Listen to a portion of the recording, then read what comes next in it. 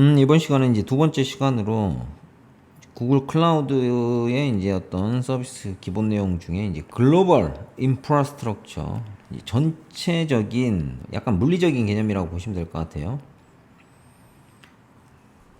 이제 구글 AWS와 비슷하게 이제 구글도 글로벌하게 이 클라우드 서비스를 제공을 하고 있고, 거기에 이제 데이터 센터들의 위치들이 어떻게 있는지를 어느 정도 아는 게 필요합니다. 예, 그래서 글로벌 커버리지, 그 다음에 글로벌 커버리지의 데이터 센터, 일종의 리전 개념이 있고요. 이 리전 안에 이제 물리적으로 가용을 할 수 있게 가용전, AWS 따지면 AZ.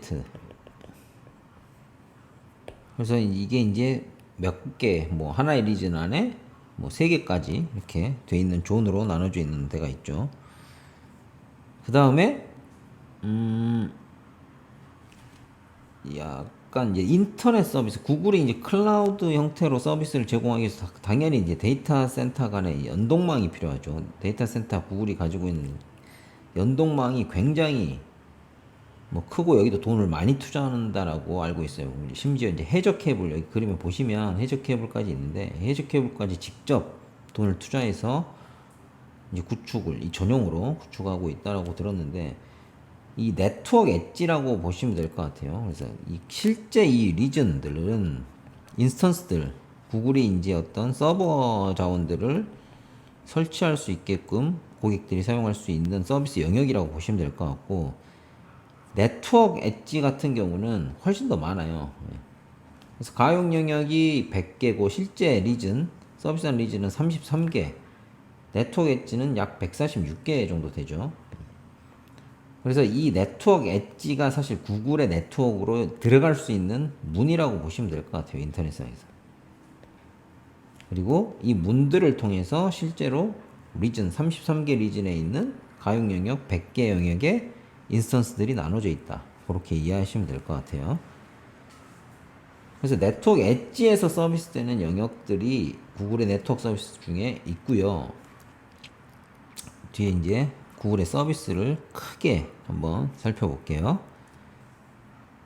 그래서 이제 구글의 네트워크 서비스는 클라우드에 이제 기업의 데이터 센터를 가상으로 만들고, 그 가상에 만든 데이터 센터 안에 그들만, 고객들을 위한 어떤 내부 네트워크를 구성을 하는데, 이중화 관점에서 가용 영역을 어떻게 설정할지, 존이죠. 그 다음에 서브넷, 실제 IP 자원들을 어떻게 할당을 할지, 그 다음에 인터넷은 어떻게 내보낼지, 그 다음에 온프라미스와 어떻게 연동할지, 요게 이제 정의가 되면 큰 네트워크에 대한 아키텍처는 잡힐 수 있겠죠. 이제 그것들을 하기 위한 서비스들을 큰 그림으로 표현을 한 게, 뭐 요 한 장이 이미지가 뭐 괜찮아서, 예, 이 친구가 만든 것 같은데 제가 좀 떠왔습니다. 그래서 이제 구글의 일종의 VPC, 구글 클라우드 안에 프로젝트라는 개념이 먼저 구글은 크게 있어요. 그래서 프로젝트 안에 VPC가 포함이 되는 개념이고요. 약간 프로젝트는 일종의 어떤 권한, 거버넌스 관점에서 이제 뭐 이제 그렇게 이제 제일 큰 개념이라고 보시면 될 것 같고요. 그 다음에 네트워크 서비스가 이제 VPC가 리전 안에 이제 정의가 되는데, 이 VPC가 리전 안에 정의된다는 게 AWS랑 가장 다른 점이에요. 이 VPC가, AWS는 리전 안에 정의가 되지만 구글은 리전을 구분하지 않습니다. VPC가. 뒤에 이제 설명을 좀 드릴게요. 그래서 이제 VPC가 생성이 되면 실제 서브넷에 이제 IP가 할당이 되는 개념이고, 이것도 다르죠. 예, AWS는 이제 VPC가 리전 안에 들어가고, 그 리전 안에서 사용하는 IP 대역이 VPC에 정의가 되고, 그 VPC에 할당된 IP를 쪼개서 서브네팅을 하는데, 실제로 구글은 서브넷에 이제 IP가 처음으로 할당이 되는 개념이에요. VPC는 전체 글로벌 리전의 쉐어가 되는 개념이라고 보시면 될 것 같습니다. 그 다음에 이제 쉐어드 VPC가 개념이 좀 다르고, 쉐어드 VPC와 나머지 이제 기본 VPC라고 또 이제 정의가 되는데, 그거는 뒤에 이제 설명을 좀 드릴 거예요. 그래서 VPC가 만들어지고 그 안에 서브넷이 만들어지면 여기에 이제 인스턴스들이, 자원들이 올라간다고 보시면 되고, 거기에 이제 L4 서비스를 제공하는 로드 밸런서 서비스가 있고, 요걸 좀 용어를 보려면 크게 해서 보는 게 낫겠네요.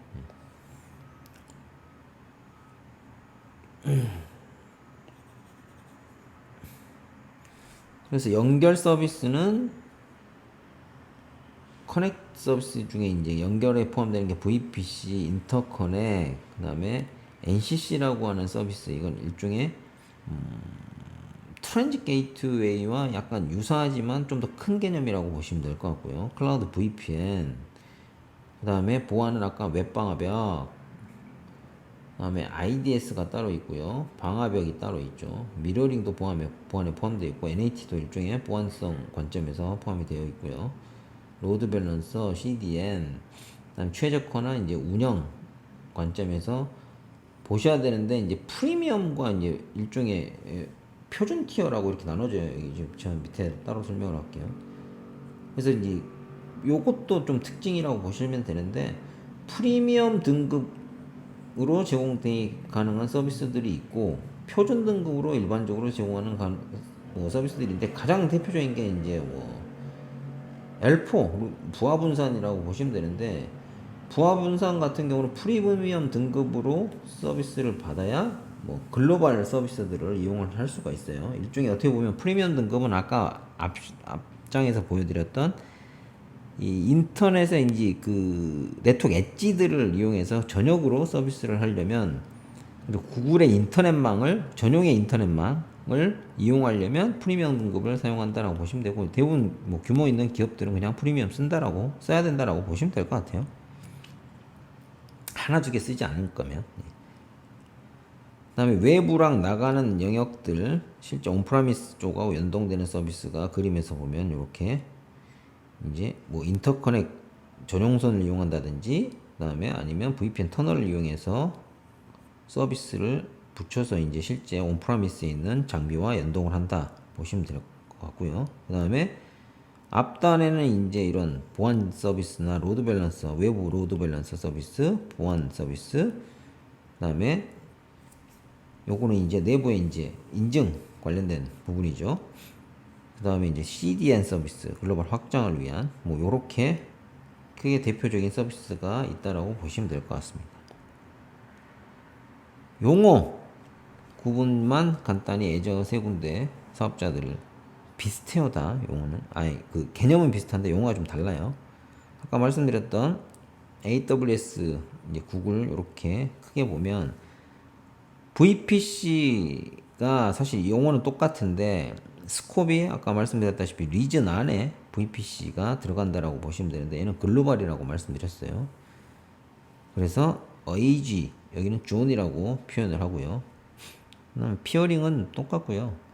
VPC에 이제 사실 사용자가 어떤 IP 대역을 쓰겠다라고 정의를 하는데, 구글은 그런 게 없다라고 말씀드렸어요. 서브넷에 그게 들어간다라고 보시면 되고, AWS는 이 여기서 할당한 IP 대역을 쪼개서 서브넷에 할당하는 개념이죠.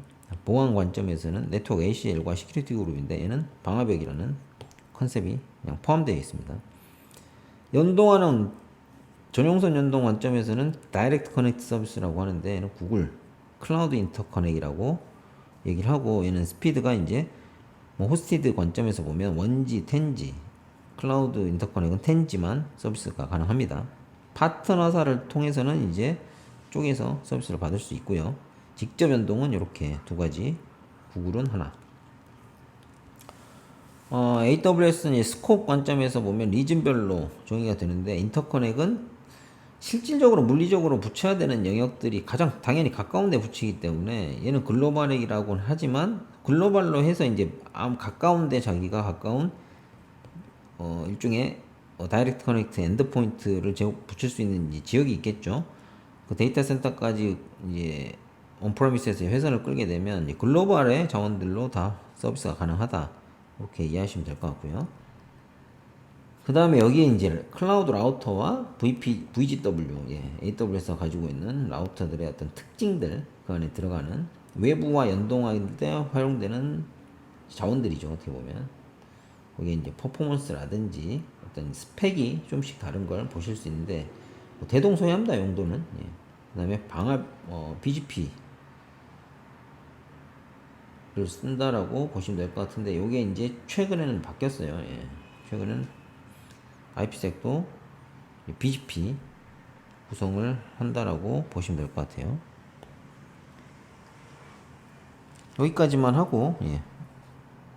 그 다음에 이제 실제 그 내부망 VPC 내부의 자원 개념을 좀 이해를 하셔야 되는데 리전 VPC 서브넷에 대한 개념이죠. 예. 물리적으로는 이제 리전 존이 구분된다라고 앞에서 말씀드렸고 VPC가 이제 글로벌 리소스의 하나의 영역으로 만들어지는 게 이제 다른 클라우드와 차이점이라고 보시면 될 것 같아요. 이 그림을 보고 설명을 드리면 AWS는 리전 안에 VPC가 이렇게 포함이 되고 이 VPC 안에도 가용 존별로 서브넷이 달라야 됐죠. 이게 가장 큰 차이점이었죠. 이게. 근데 MS를 보면 MS는 AWS보다는 또 차이가 있는 게 리전 안에 VNet이라는 VPC 개념이 들어간다는 건 똑같고요. 서브넷이 가용존을 이렇게 쉐어할 수 있죠. 그래서 똑같은 IP 대역으로 여러 가용존에 할당할 수가 있다. 근데 이제 구글은 그림이 조금 달라서 헷갈릴 수도 있지만 프로젝트라는 어떤 큰 개념 안에 VPC가 있는 거고 이 VPC가 전역이에요. 전역. 글로벌로 만들어지고 이 VPC 안에 실질적으로 리전을 여러 개를 포함할 수 있는 개념으로 이해하시면 될 것 같아요. 물리적으로는 리전이 하나의 데이터 센터라고 보시면 되는데 여러 데이터 센터에 하나의 VPC가 생성이 될 수 있다는 뜻이에요. 무슨 말이다? 통신이 다 가능하다는 뜻이에요. 예. 해당 VPC. 그 다음에 이 VPC 안에서 서브넷이 이렇게 IP를 가지고 할당이 되는데 이것도 MS하고 유사하게 존을 다 쉐어할 수 있습니다. 하나의 리전에서.